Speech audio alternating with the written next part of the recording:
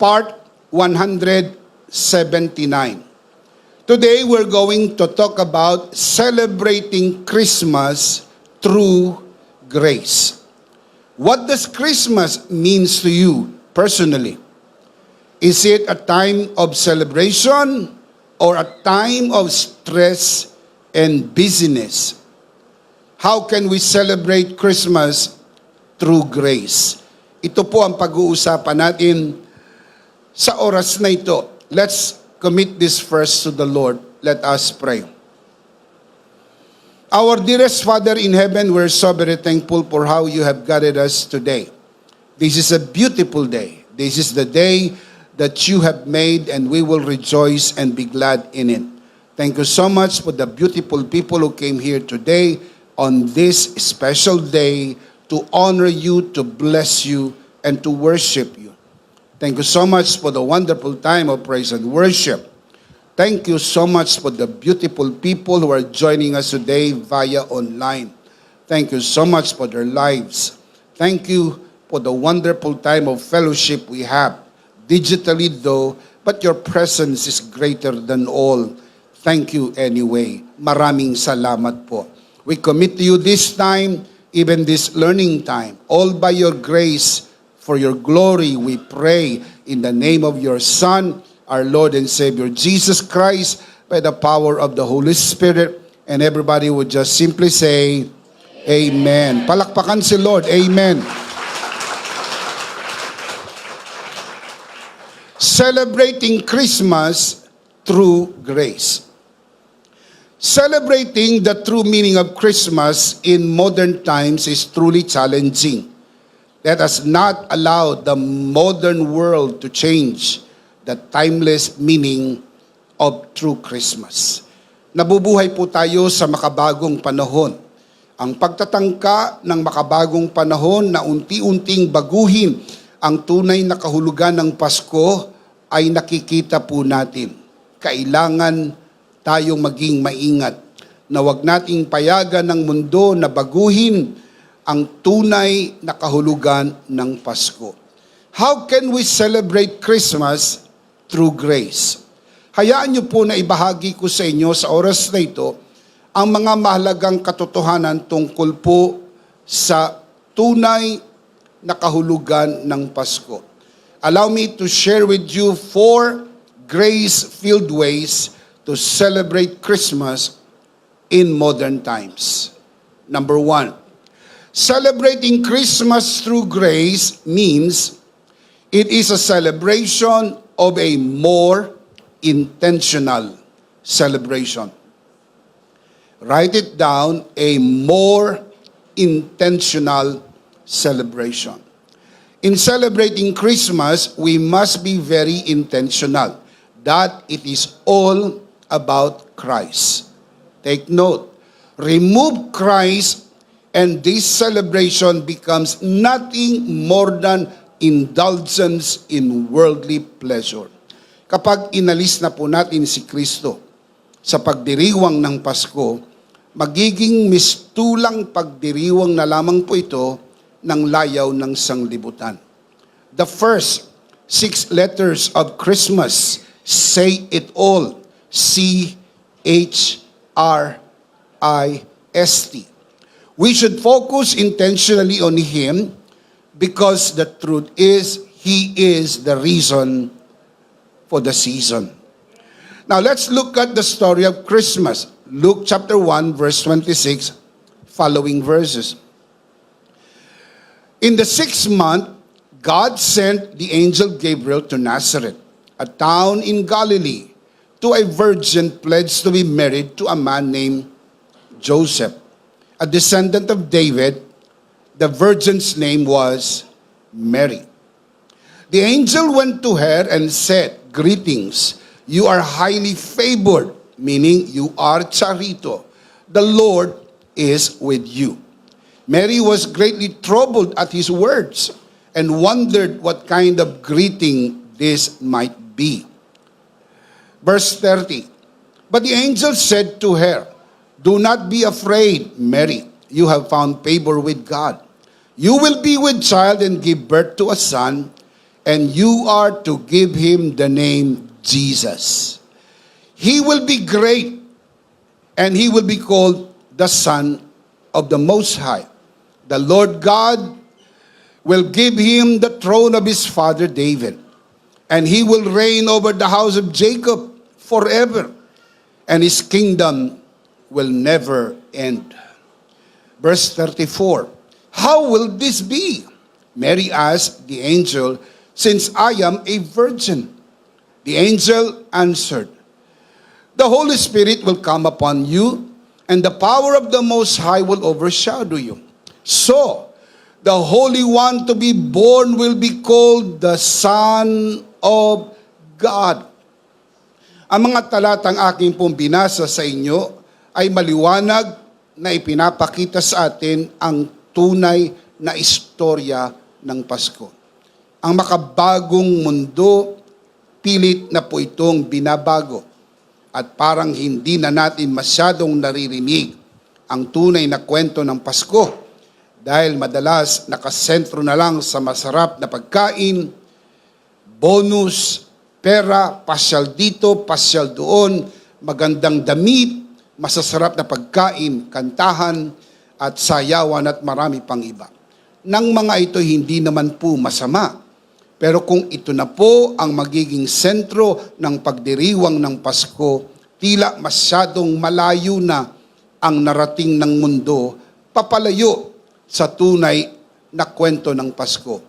Ang kwento ng Pasko ay naganap, nakasentrong lahat kay Kristo.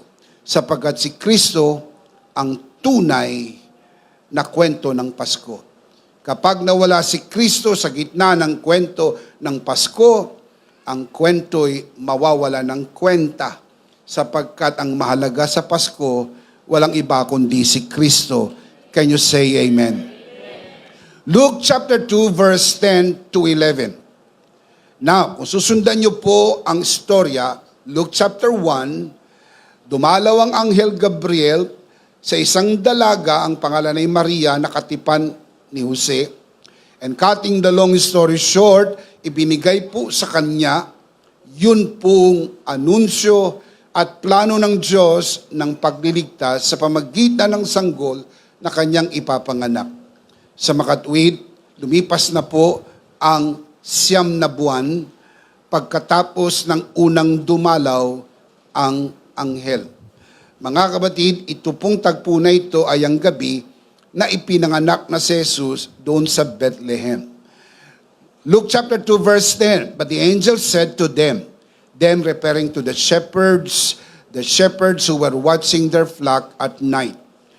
The angel said to the shepherds, do not be afraid. I bring you good news of great joy that will be for how many people? All the people. Ang Pasko'y para sa lahat ng tao. Hindi lang po para sa iilan. Hindi lang po para sa pamilyado. Hindi lang po para sa mga bata. Hindi lang po para sa mga may trabaho, may bonus, 13-month pay, and etc. Ang Pasko ay para sa lahat. Ang Pasko po ay mabuting balita. Pero hindi lang basta mabuting balita. Mabuting balita ng malaking kagalakan. Hindi lang po basta kagalakan, kundi isang mabuting balita ng malaking kagalakan para sa lahat ng tao.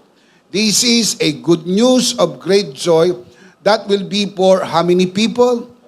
All the people. Look at verse 11. Today, this is the good news. This is the good news of great joy. This is the good news. Today, in the town of David, a Savior has been born to you. He is Christ the Lord. Can you say amen? Chapter 1, Christmas is all about Christ. Chapter 2, Christmas is all about Christ. Because that is the center of Christmas. We have to be more intentional. Si Kristo ang sentro ng Pasko. Sapagkat si Kristo ang dahilan kung bakit po may Pasko. Ito ang dahilan kung bakit taon-taon ay nakakaroon tayo ng mga pagtitipong tulad nito para marinig ang hindi nagbabagong kwento ng Pasko. Wala naman pong bagong kwento ang Pasko. Kung kayo po'y maging mapagmasid, you hear the same story. You hear the same message. You hear it again and again and again every year. Every time we come, we hear the same message again. Kasi po walang bagong kwento.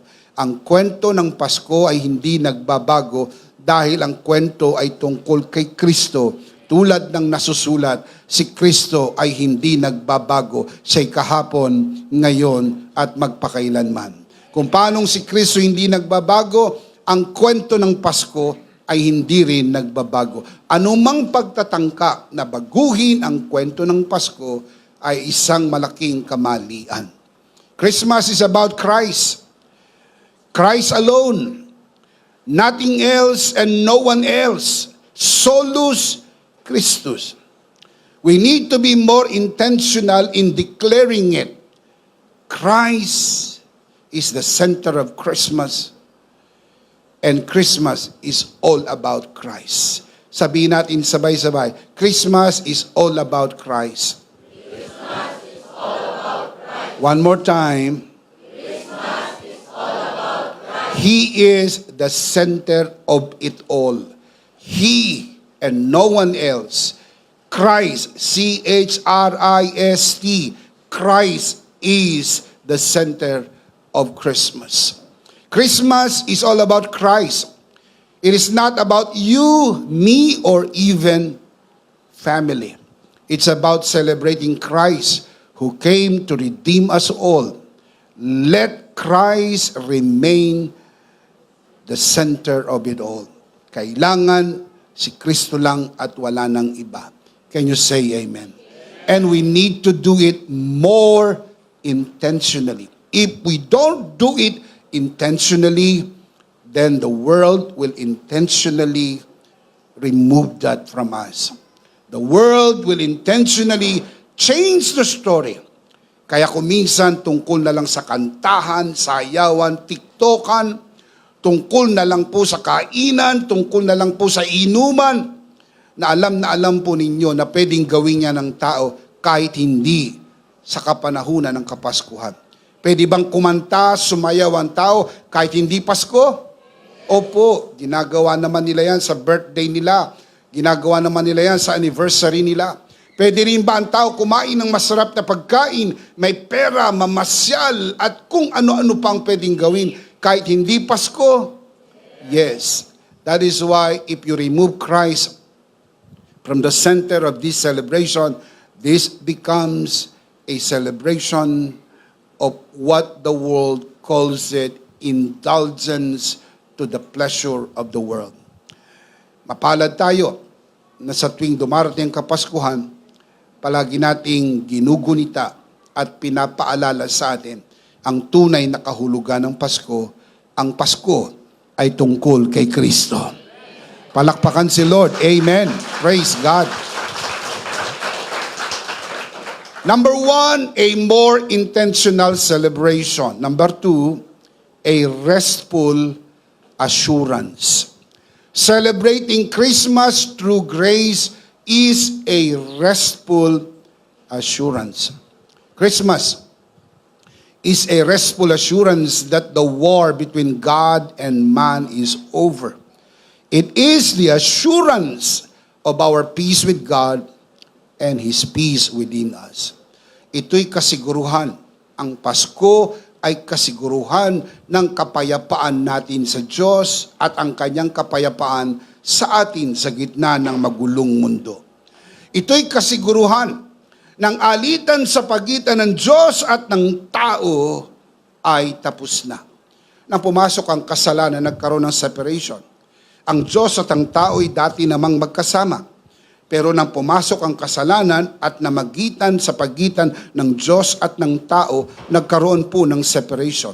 Ang paghihiwalay po na ito ang dahilan kung bakit po inihula ng banal na kasulatan at tinupad ng Diyos ang hulang ito na ganap nung unang Pasko ay upang sa pamagitan ng ating Panginoon Kristo, ang malaking pag-aalit at paghihiwalay ng Diyos at ng tao ay mapanauli, sapagat ang mensahe ng Pasko ay kapayapaan. Christmas is a message of peace. Peace with God through Christ who took our sins upon himself on the cross. Please remember, he was born to die. The only reason he was born to die. Ang kabayaran ng kasalanan ay kamatayan. The only way God can save us from sin is for him to become man and ultimately die on the cross and pay the penalty of sin, which is death. Tulad ng nasusulat, ang kabayaran ng kasalanan ay kamatayan. Ang kaloob ng Diyos ay buhay na walang hanggan sa pamagitan ni Hesu Kristo. Kapag tinanggap ng isang tao si Hesu Kristo, siya po ay may buhay na walang hanggan sapagkat si Jesus ang buhay na walang hanggan. Shout amen. It is the assurance that God is no longer angry with us, but has reconciled us to himself through his Son. The only way for reconciliation is through Jesus Christ. No other way. Hindi kayang gawin niya ng religion. Only Jesus can do that. Si Jesus ang Diyos na nagkatawang tao. Pinanganak sa sabsaban ng Bethlehem noong unang Pasko. And ultimately, namatay sa krus ng Kalbaryo upang akuin ang ating mga kasalanan sa pamagitan ng kanyang kamatayan ay mapanauli tayo sa Diyos at magkaroon ng peace with God. Kapayapaan sa Diyos. At ang kapayapaang ito ay dulot ni Kristo dahil si Kristo ang ating kapayapaan. Can you say amen? Nang si Jesus ay pinanganak sa sabsaban ng Bethlehem noong unang Pasko, ang anunsyo ng mga anghel, ito'y kapayapaan sa mundo. Luke chapter 2 verse 13 to 14. Suddenly, a great company of the heavenly host appeared with the angel, praising God and saying, "Glory to God in the highest, and on earth peace to men on whom his favor rests." Napansin niyo po ba mga kabiyaya ang salitang ginamit? On earth, peace. Hindi po peace on earth. Magkaiba po ang idea ng dalawa. Iba po yung on earth peace, iba po yung peace on earth. Ang nagbibigay ng pagkakaibang kahulugan ay kung nasaan ang emphasis. Now, let's ask the question. What is the difference between on earth peace and peace on earth? Ano po ba ang anunsyo ng mga anghel? On earth peace. Hindi po peace on earth. Magkaiba po yun. Let me show you the difference between the two. You can see this on your screen. Kapag sinabi po nating on earth peace, it emphasizes the origin and direction of peace coming from heaven to earth, specifically to those favored by God. Ang emphasis po ng on earth peace ay yung location. Peace from heaven coming on earth. Pumunta sa lupa ang kapayapaan. Si Jesus ang kapayapaan. Siya po'y pumunta sa lupa sapagkat si Jesus ang kapayapaan at siya'y nagpunta sa lupa, mayroong kapayapaan sa lupa dahil si Jesus ang kapayapaan. Whereas, kapag sinabi po nating peace on earth, it is a universal desire for the absence of conflict among all people on earth. Ito'y kagustuhan ng lahat ng tao, ang kapayapaan sa mundo, walang gera, walang away, walang patayan, walang barilan, walang mamamatay.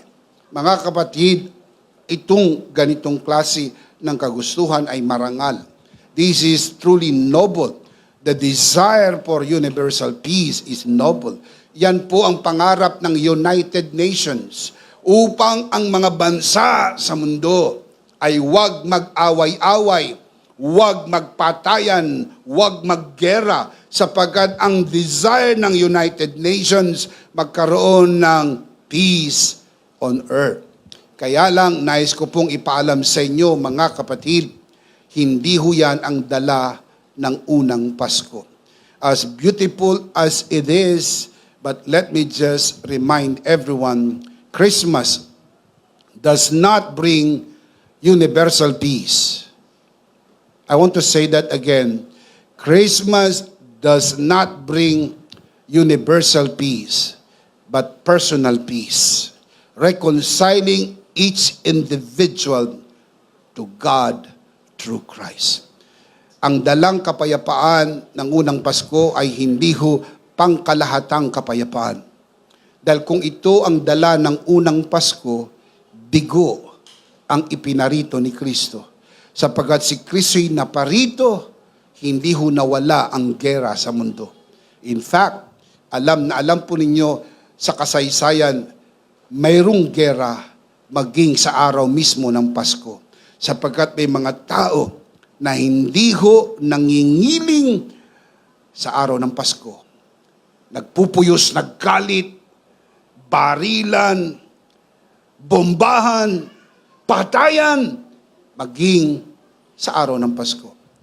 Hindi lingid sa inyong kaalaman, nung nakaraang taon, October 2023, pumutok ang isang malakas na digmaan sa pagitan ng Israel at ng mga Hamas. Mahigit 100 taon na po mula nang ito'y unang mangyari.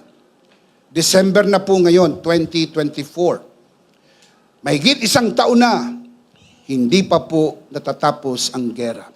Sa makatwid, ito ay gera na nagpapatunay na nangyayari.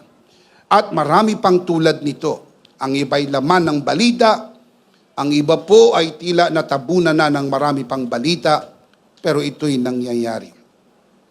Universal peace will not happen yet. I want to say that again. This is important.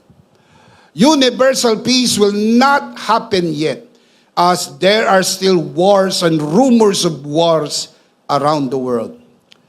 But it will soon happen in the millennial kingdom, where Christ reigns as King of Kings and Lord of Lords. Sa ngayon, you have to hold your horse. Hindi pa po yan mangyayari.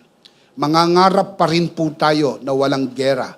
Pero alam po ninyo na ang North Korea ay gigil na gigil sa gera. Alam po ninyo, mga kapatid, ang Russia ay ayaw tumigil sa gera. Mga kapatid, yan po'y mangyayari at mangyayari hanggang sa maganap ang pinakamalaking gera sa kasaysayan ng sangkatauhan.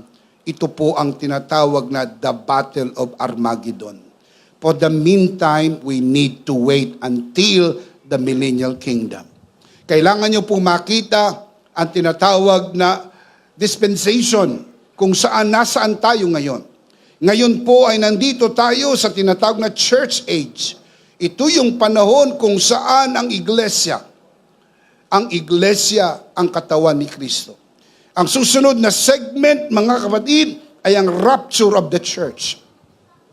Pagkatapos ng rapture of the church, magkakaroon po ng 7 years great tribulation.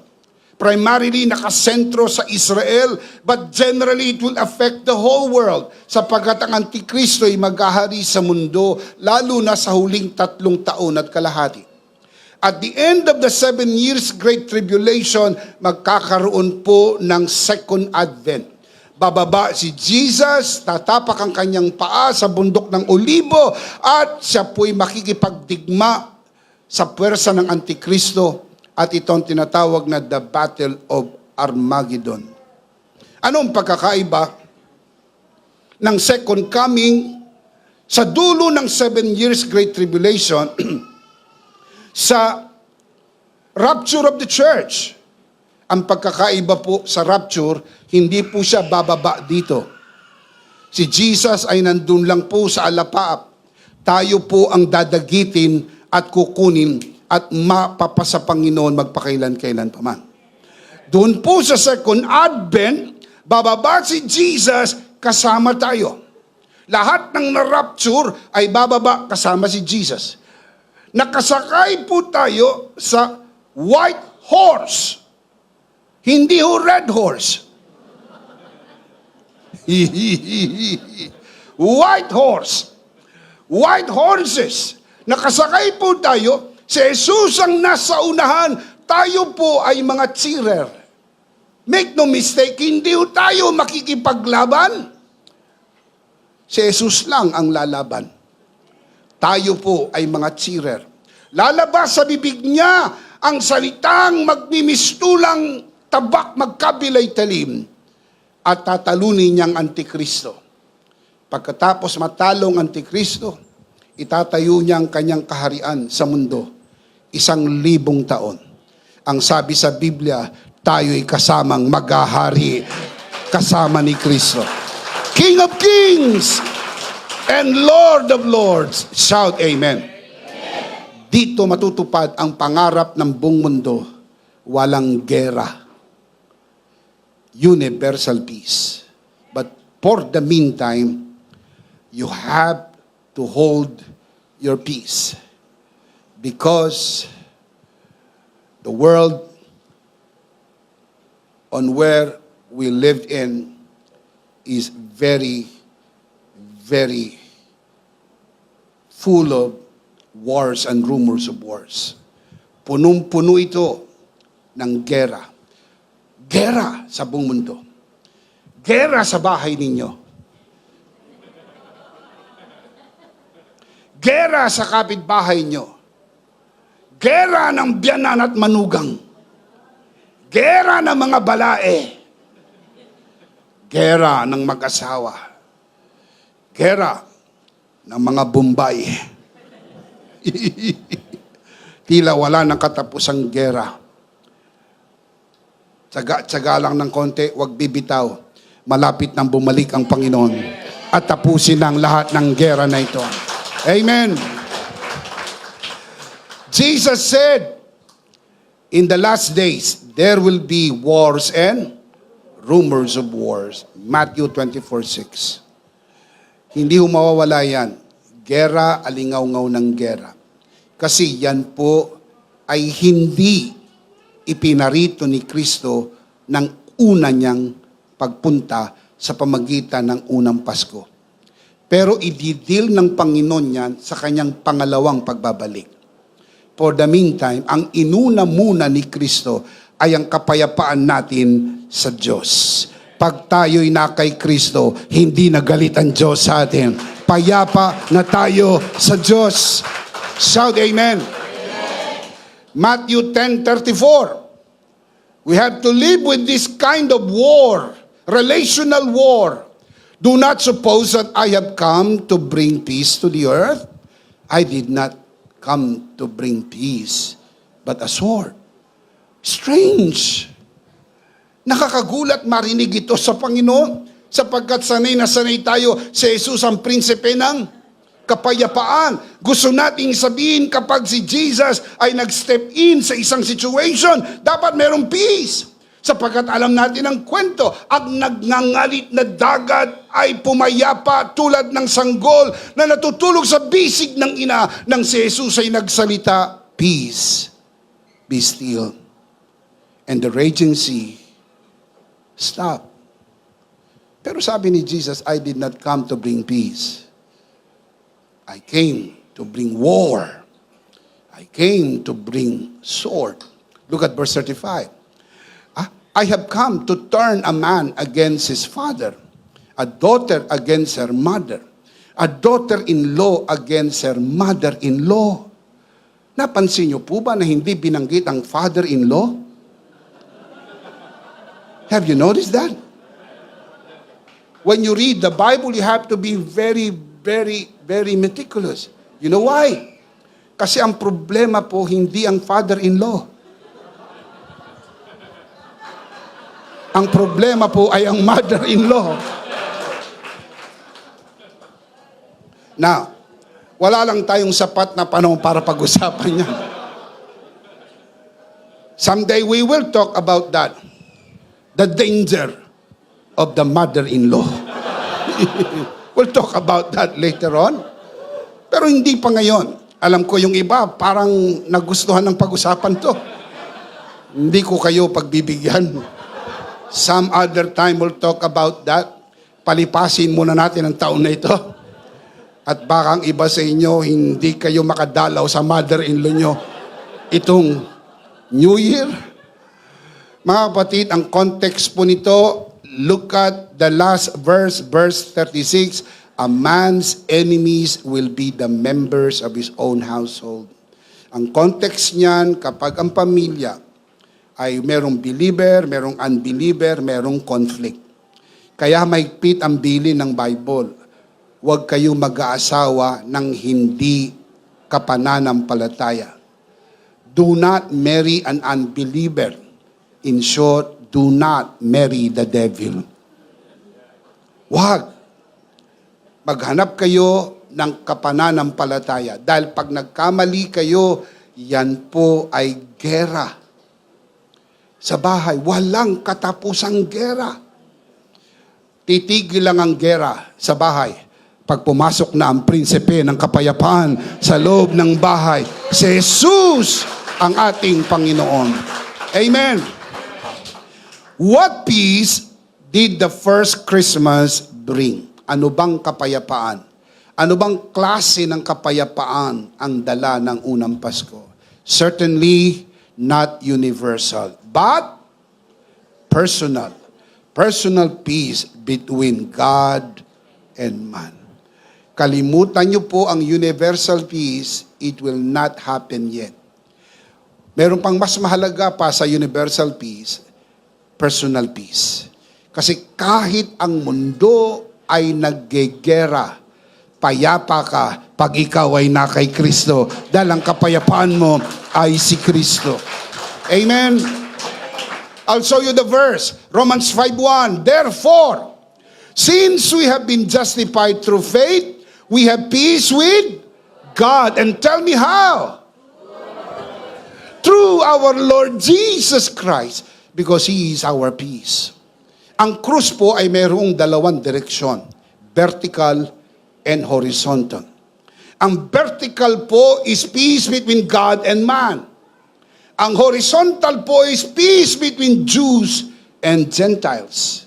Mayroong pag-aalit ang mga Hudyo at ang mga Hintil. Ang tingin ng mga Hudyo sa mga Hintil ay aso. Sila'y lumalayo sa aso. Ang aso'y marumi ayon sa kanila. Sapagkat kinakain ng aso ang kanyang sinuka at ayaw nila ng aso. Hindi ho nag-aalaga ng aso ang mga Hudyo. Ayaw nila ng aso. Basahin niyo po sa Book of Revelation, sa langit walang aso. Oh, Bishop, paano itong alaga ko?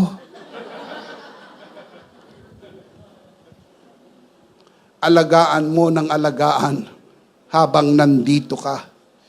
Dahil hindi mo yan madadala sa langit. You read the Bible, walang aso sa langit.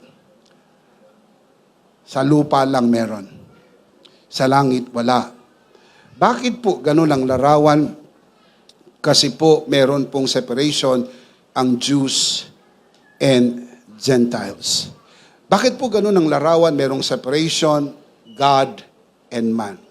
Si Jesus ang kapayapaan. Ang unang kapayapaan na dinala niya is between God and man, vertically. Pero meron din isa pang kapayapaang dinala, yung horizontal peace. Kaya ang Hudyo at ang Griego ay magkaisa na kay Kristo. Now, look at the verse. Ephesians chapter 2, verse 14. For He Himself is our peace, referring to Christ, who has made the two, referring to Jews and Gentiles, one, and destroyed the barrier, the dividing wall of hostility. The wall between Jews and Gentiles becoming one is through Jesus, our peace. Now, look at verse 15. By abolishing in His flesh the law with its commandments and regulations, His purpose was to create in Himself one new man out of the two. Two referring to Jews and Gentiles, making them one man. One man referring to church. Sa loob ng church ay pagsasamahin niya ang Jews and Gentiles bilang isang bagong tao. Ano yung tinutukoy na one new man? Keep on reading. One new man out of the two, thus making peace. Horizontal peace. Peace between Jews and Gentiles. Verse 16. And this one body, kanina, one new man, one body, referring to the church, to reconcile both of them. Who's them? Jews and Gentiles to God through the cross, by which He put to death their, Jews and Gentiles, their hostility.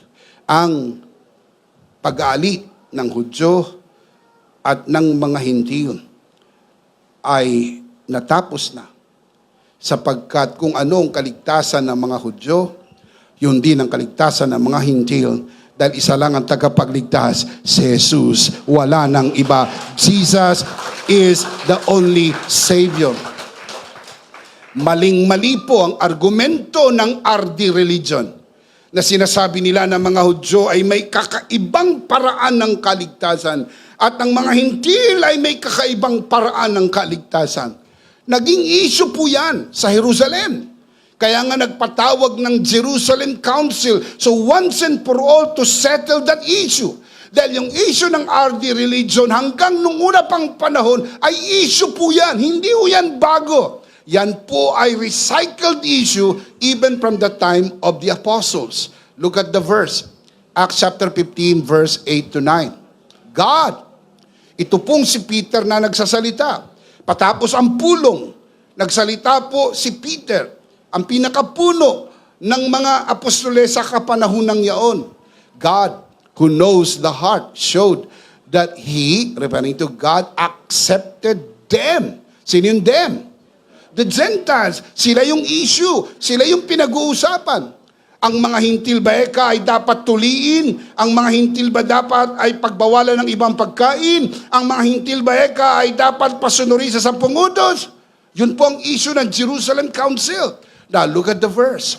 God, who knows the heart, showed that He accepted them by giving the Holy Spirit to them, just as He did to us. Sabi ni Peter, guys, ang Holy Spirit hindi exclusive sa mga Jews. Acts chapter 2, ni-receive ng mga Jews ang Holy Spirit.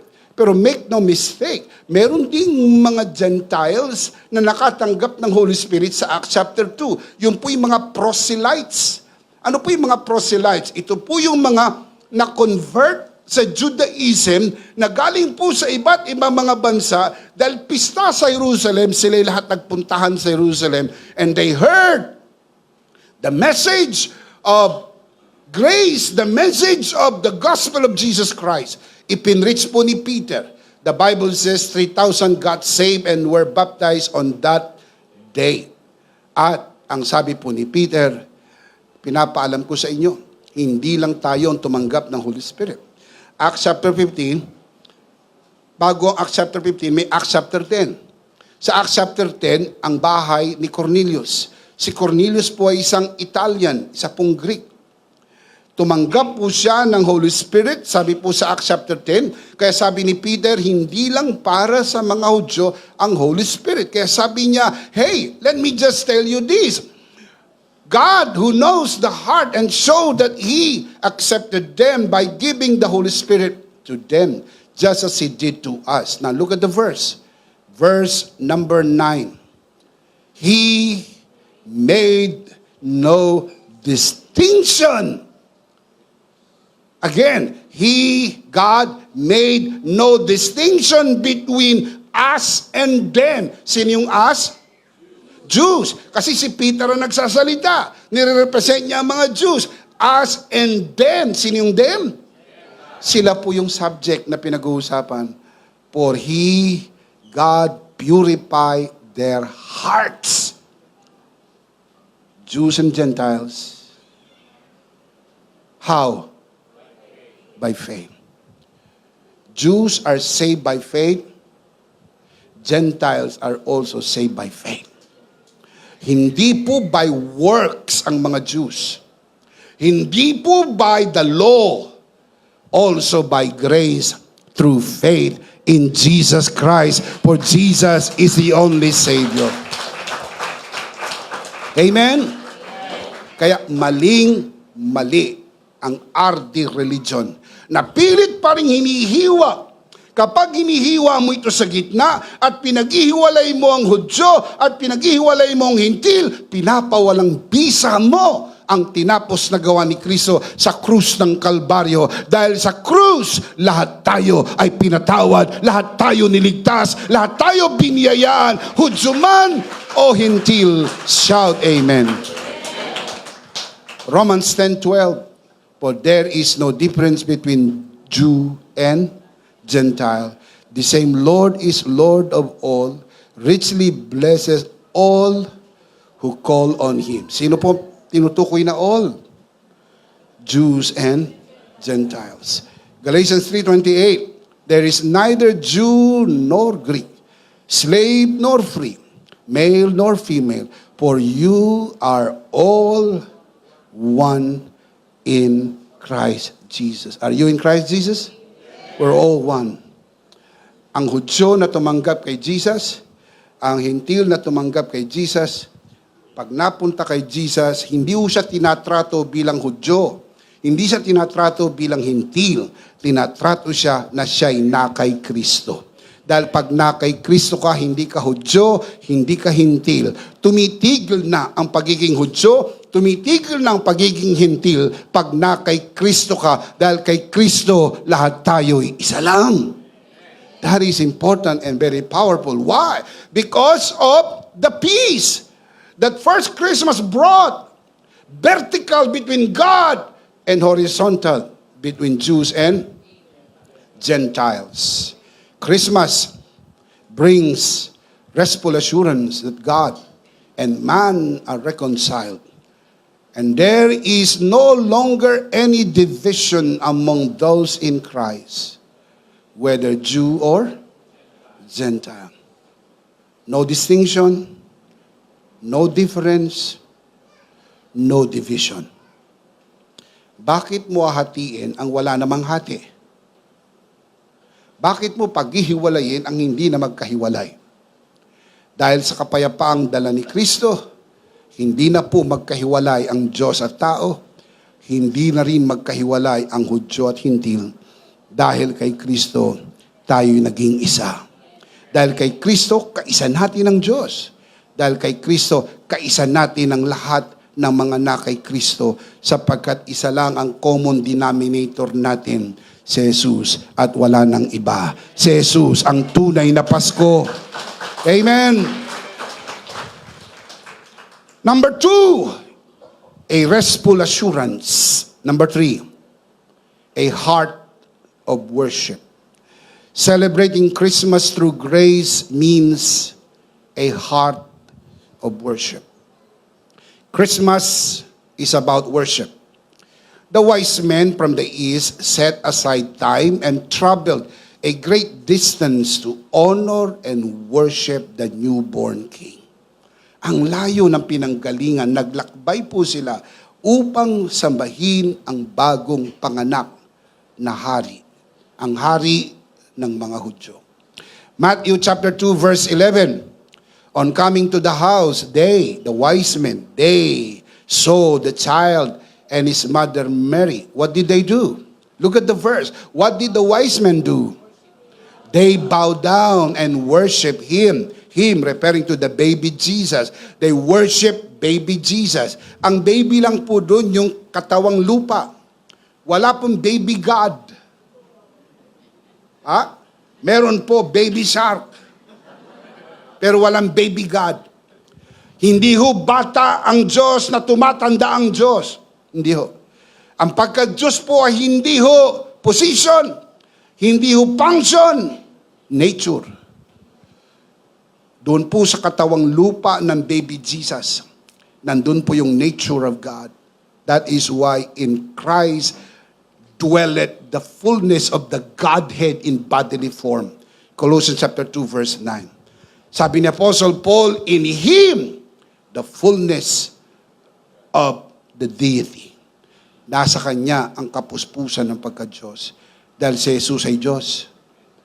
In the beginning was the Word, and the Word was with God, and the Word was God.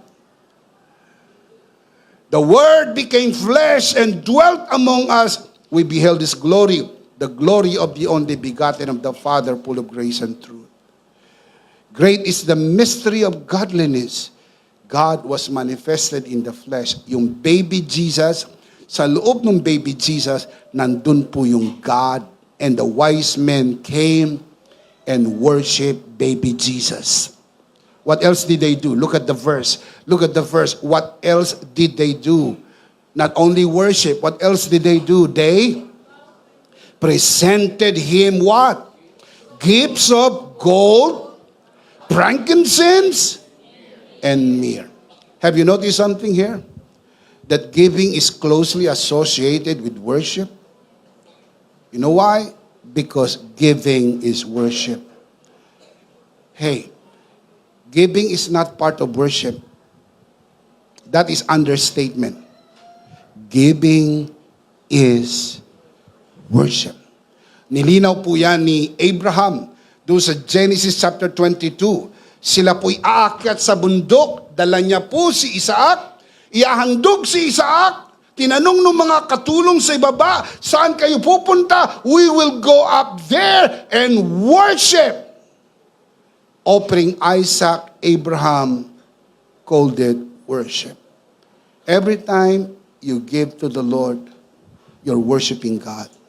When we talk about giving, it's not only money, time. The mere fact you came here, you have given time. That's worship. Talent and treasure, you worship. Kaya kita ninyo, every broadcast, lalo na yung mga nanonood sa broadcast, walang pagod. Lagi kong pinapaalala sa inyo na ang pagbibigay sa gawain ng Panginoon ay hindi o pagbibigay ng kontribusyon, donasyon, ayuda, hindi o pagbibigay ng limos, hindi o pagbibigay ng abuloy, hindi o pagbibigay ng tip sa batang nagpapatras ng inyong mamahaling sasakyan. Lagi kong sinasabi sa inyo ng pagbibigay ay isang pagsamba. Sapagkat every time you give, you are worshiping God. Napansin nyo? They came, they bowed down, and presented gifts. Magkasama po yung worship and giving. Because giving is worship. 2 Corinthians 9:7, each man should give what he has decided in his heart to give, not reluctantly or under compulsion. For God loves a cheerful giving, brothers and sisters, is worship. Remember the old psalm says, let us enter His gates with thanksgiving in our hearts, full of joy.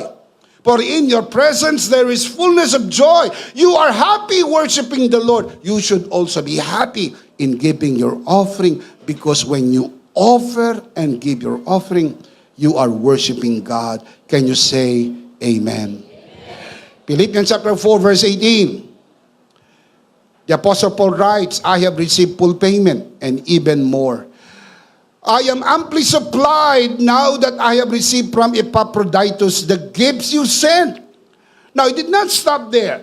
Look at the last line. Dinescribe ni Paul yun pong gifts na binigay ng mga taga-Pilipos through Epaphroditus. Look at the next line. They are what? Fragrant offering. What else? Acceptable sacrifice. What else? Pleasing to God. What is that? Contribution? Donation? Ayuda? No. That is worship. Every time you give your offering, you're worshiping God. Because celebrating Christmas through grace is a heart of worship. Can you say amen? Number 4. Celebrating Christmas through grace is a spirit of generosity. Christmas is about generosity. Look at this. The gifts of the wise men were not only symbolical, but they were not only symbolical, but also very generous and practical. Pag naririnig natin ang sermon ng mga pastor tungkol po doon sa gifts of the wise men, ang lagi pong hina-highlight ay yung symbolism. Simbolo ng gold, simbolo ng frankincense, simbolo ng myrrh. And we say amen to that. But they miss the whole point. These were highly valuable treasures reflecting both their honor for Jesus and their generosity. Let's look at the gifts. Matthew 2:11. On coming to the house, they saw the child with his mother Mary.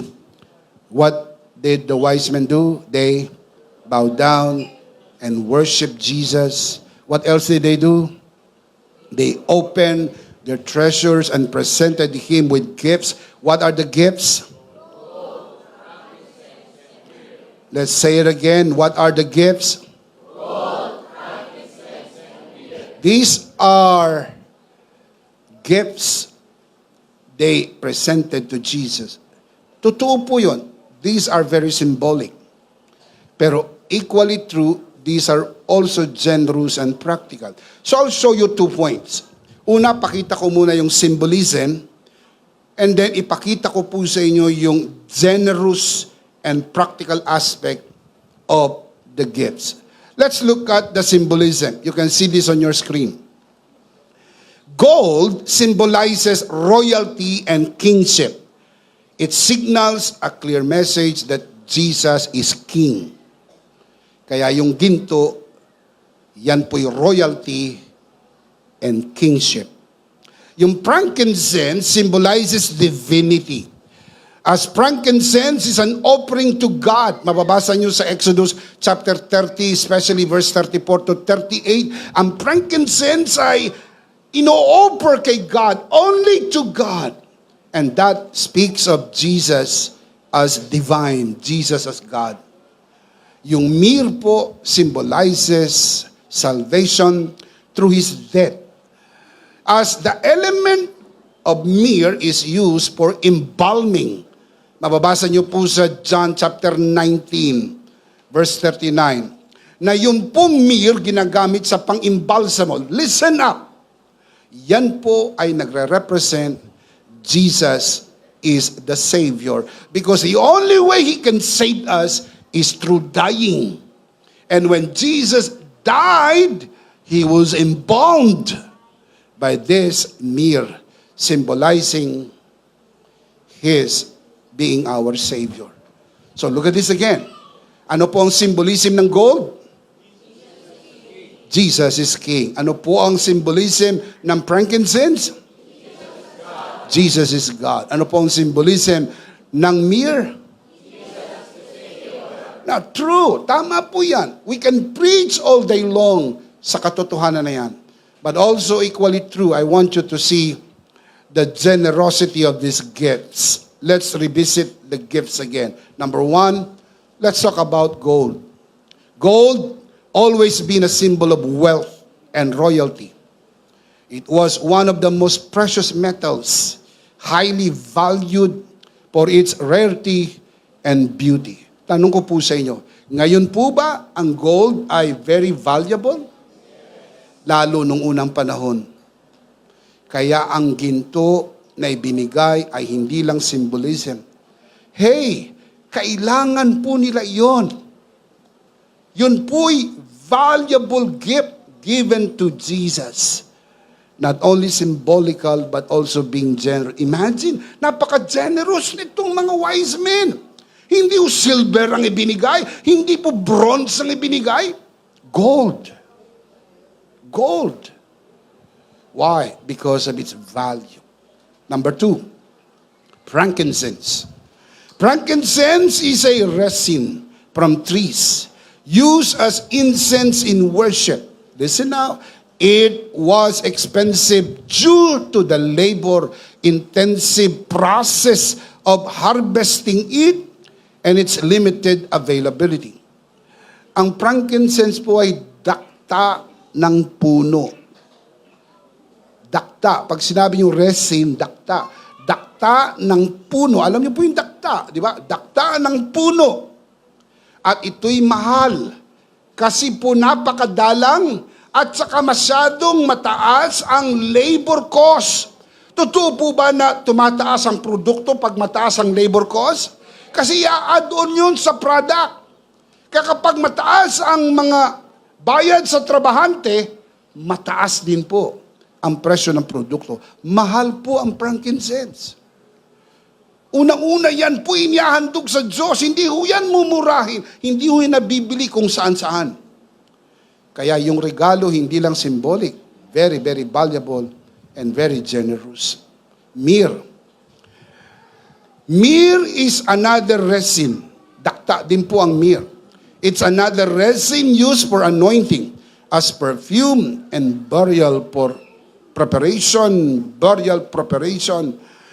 It was costly due to the scarcity and the labor required to extract it. Ganun din.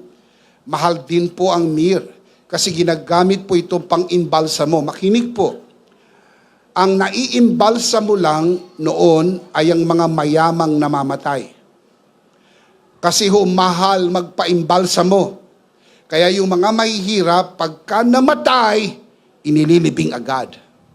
Mamamatay pa lang, inililibing na. Para makatipid ng kaunti. Pero yung pong mga mayayaman, ini-embalm. At kapag in-embalm, expensive. Kaya yung pong regalo ng pang-imbalsamo, bagaman ito po ay symbolic, referring to his death, it is also expensive because when you sell, pag ibinenta mo po yung myrrh, magkakaroon ka ng maraming pera. Tanong ko sa inyo, kailangan ba nila ng material at pagpapalang pinansyal? Of course. Natatandaan niyo po na sila'y nag-travel from Israel. Mary, Joseph, and baby Jesus, they traveled from Israel going to Egypt. Dahil nag-utos itong si Herodes na hanapin, naalala nyo, hanapin ang batang ipinanganak. At sinabi ng anghel kay Joseph na sila'y tumakas ng gabing iyon at pumunta po sila sa Egypt. They stayed there for 2 years. How can you stay in Egypt for 2 years if you don't have money? That's why yung gift na binigay na yun ay gamit na gamit. Nagamit po nila travel expenses. Nag-stay po sila doon. Wala silang kamag-anak sa Egypt. Kung sila ay maninirahan, kailangan nilang mag-upa, magbayad ng upa. Kailangan nilang kumain araw-araw. Yun po yung provision. Yun po yung generosity ng provision ng Diyos. Kaya ho ang Pasko ay selebrasyon at pagdiriwang ng Diyos, hindi nagpapabaya kahit kailan. Anuman ang iyong pangailangan ay palaging pupunuan ng Diyos. Generosity in giving reflects both the giver and the receiver. It honors the worth of the receiver. It reveals the heart of the giver. Kapag ang generosity ay gusto niyong makita, dalawang mukha ang ipinapakita ng generosity. Una, ipinapakita kung gaano kahalaga yung binigyan. Pangalawa, ipinapakita ng generosity yung pong puso ng nagbibigay.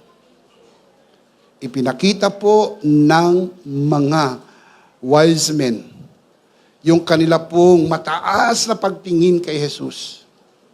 At ipinakita rin ng kanilang generosity ang puso ng mga tao na ito ay na kay Jesus. As we celebrate Christmas today, let us honor our Lord Jesus with a generous offering, reflecting the kind of givers we are. Matthew 6:21. For where your treasure is, there your heart will be also. Where is your heart? For where your treasure is. So the question is, where is your heart today? Nasaan ang puso mo ngayon? Surely, you can find your treasure there. Pag na-spot mo kung nasaan ang iyong puso, nandun din ang iyong kayamanan. If your heart is in your family, if your treasure is in your family, your heart is in your family. If your treasure is in your church, your heart is in your church. If your treasure is in the Lord, your heart is in the Lord. Where you place your treasure is exactly where your heart is. The generous gifts of the wise men, gold, frankincense, and myrrh, reflected their heart's devotion to the newborn King. Their treasures honored Jesus because their hearts were fully set on Him as their King and Savior. Can you say amen? Let's see them again.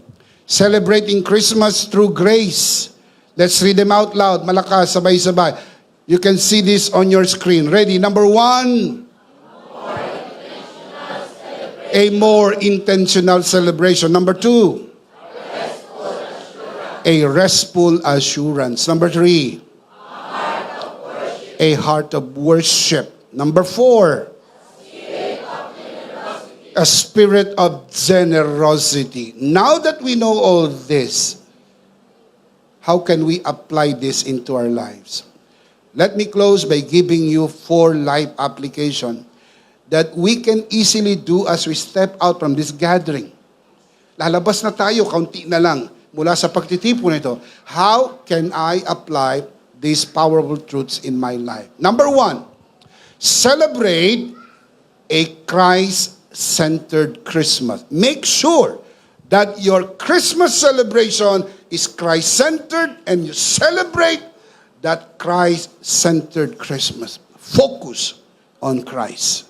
Not on Santa Claus, not on the gifts, not on the material things, but on Christ. Remember, si Kristo ang tunay na kahulugan ng Pasko. Can you say amen? Amen. Number 2, celebrate Christmas with a forgiving heart. Kung meron pa po kayong sama ng loob, patawarin nyo na po. Kaya ako, pinatawad ko na yung dati kong friend. You need to forgive. Why? Because that is what Christmas is all about. Pinatawad tayo ng Diyos, magpatawad na rin po tayo. Paalala ko lang, masyadong mabigat yan para kargahin mo papasok sa bagong taon. Pagkatapos ng Pasko, konting araw pa, bagong taon na, salubungin natin ang bagong taon na magaang ang ating loob. Pinatawad na natin ang mga nagkasala sa atin. Can you say amen? Number 3, celebrate Christmas with a heart of worship. Let me just congratulate you for coming today. Alam nyo, coming to the church on Christmas Day is quite challenging. Dahil alam nyo yung busy schedule. Not to mention, umuulan pa. Merong dahilan para magsabi, excuse muna ako, umuulan. Pag nababasaan ako ng ulan, natutunaw ako. Next time na lang. Next Sunday na lang, etc., etc. But thank you so much for coming today. Thank you so much for coming today. Amen. Number 4, celebrate Christmas with open hands. Ipagdiwang ang Pasko na bukas ang kamay. Huwag mo isasara. At baka di mo na yan mabuksan. Bukas lang ang palad. Magbigay lang ng masaya. Dahil hindi mo kayang talunin ng Diyos sa bigayan. Lahat ng ibinibigay mo ay galing din sa Lord. Hindi ka nagbibigay para pagpalain. Ikaw ay nagbibigay dahil pinagpala ka ng Panginoon. Pinaburan ka ng Panginoon. Shout amen. Basahin natin ang life application. Malakas, sabay-sabay. Ready, number 1. Celebrate Christmas. Number 2. Celebrate Christmas with a forgiving heart. Number 3. Celebrate Christmas with a heart of worship. And number 4. Christ-centered Christmas, forgiving heart, heart of worship, and open hands. The big idea is, in Christ, I can celebrate through Christmas. Are you in Christ? Amen. Come on, are you in Christ? Amen. You can celebrate through Christmas. Sabay-sabay, malakas, ano ang big idea? In Christ, I can celebrate through Christmas. Of course, we can't celebrate through Christmas because we are in Christ. And we do not want to end this broadcast without giving the opportunity for you who are watching this broadcast, the blessed opportunity to receive Jesus today so you can celebrate through Christmas. Walang ibang paraan para mag-celebrate ng tunay na Pasko kung hindi sa pamagitan lang ni Kristo. Manalangin tayo ng pagtanggap. Kung nais mong tanggapin si Jesus, manalangin tayo ng pagtanggap. Hilingin ko po sa lahat ng narito sa loob ng bulwagan na ito, lalo na sa mga nanonood sa broadcast, itaas natin ang ating dalawang kamay. Pikit natin ang ating mata at mananalangin po tayo ng pagtanggap. Sumunod po tayo sa mga katagang bibigkasin ko. If you are going to pray this prayer for the first time, pray this prayer from your heart and pray this as if you are praying it for your personal prayer. Ariin mong isang personal mong panalangin. Pero kung tinanggap mo na ang Panginoon, you don't have to do this again to be saved because you're already saved. Pero sa kagandahang puso mo, hihilingin kong gawin mo ito alang-alang sa katabi mo, sa kanan, sa kaliwa, sa likod, sa harap. Lalong-lalo na sa mga nanonood sa broadcast. Manalangin po tayo. Sumunod tayo sa panalangin ito. Panginoong Jesus, ako po'y makasalanan. Hindi ko po kayang iligtas ang aking sarili. Ako'y mapapahamak ng hiwalay sa iyo. Narinig ko po ang mabuting balita. Ako po'y naniniwala. Tinatanggap kita sa aking puso bilang aking Panginoon at aking tagapagligtas. Salamat po, pinatawad mo na ang aking mga kasalanan. Isinulat mo na ang aking pangalan sa aklat ng buhay. Sa pangalan ni Jesus. Amen. Ako na lang po mananalangin, Ama, sa oras na ito. Tinataas ko po sa harapan ng sino mang sumunod sa panalangin ng pagtanggap sa unang pagkakataon. Dito sa loob ng bulwagan na ito, lalo na sa mga nanonood sa broadcast, pinagkakatiwala po namin sila sa iyong kagandahang loob na sila'y lumago sa biyaya at sa bagong natagpuang pananampalataya. Sa pangalan ng Panginoon Jesus, tayong lahat ay magsabi ng Amen. Palakpakan si Lord. Praise God. Minsan pa, sabay-sabay, ano po ang big idea?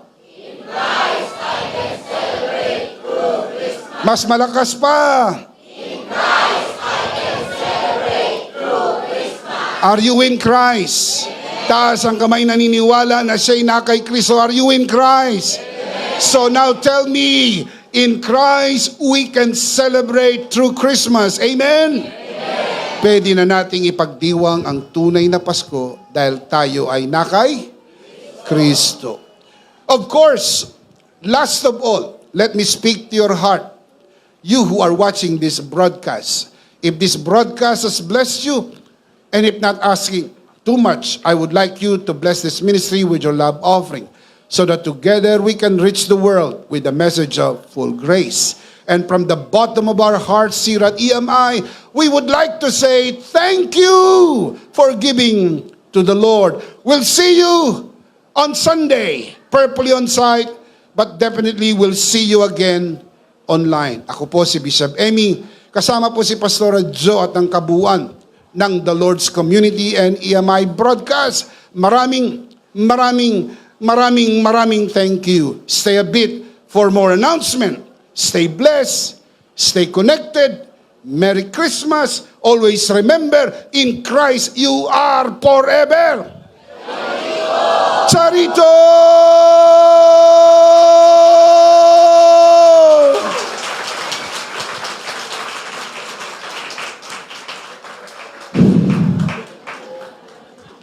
Merry Christmas!